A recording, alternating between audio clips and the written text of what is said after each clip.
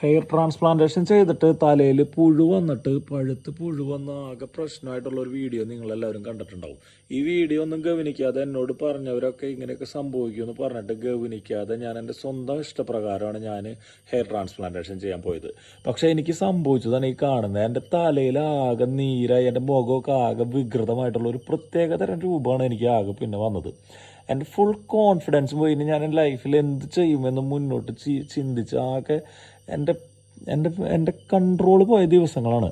എനിക്ക് എൻ്റെ നല്ല ഫോട്ടോയായിരുന്നു. ഞാൻ എൻ്റെ നല്ല ഫോട്ടോ കൂടി ഇതിന് മുന്നത്തെ ഫോട്ടോയും കൂടി ഞാൻ ഇതിനകത്ത് അപ്ലോഡ് ചെയ്യാം. അപ്പോൾ ഹെയർ ട്രാൻസ്പ്ലാന്റേഷൻ ചെയ്യാൻ പോകുന്ന എല്ലാവരും എൻ്റെ ഈ വീഡിയോ മൊത്തം കണ്ടിരിക്കണം. എനിക്ക് സംഭവിച്ചത് എന്താണെന്ന് നിങ്ങൾ അറിയണം.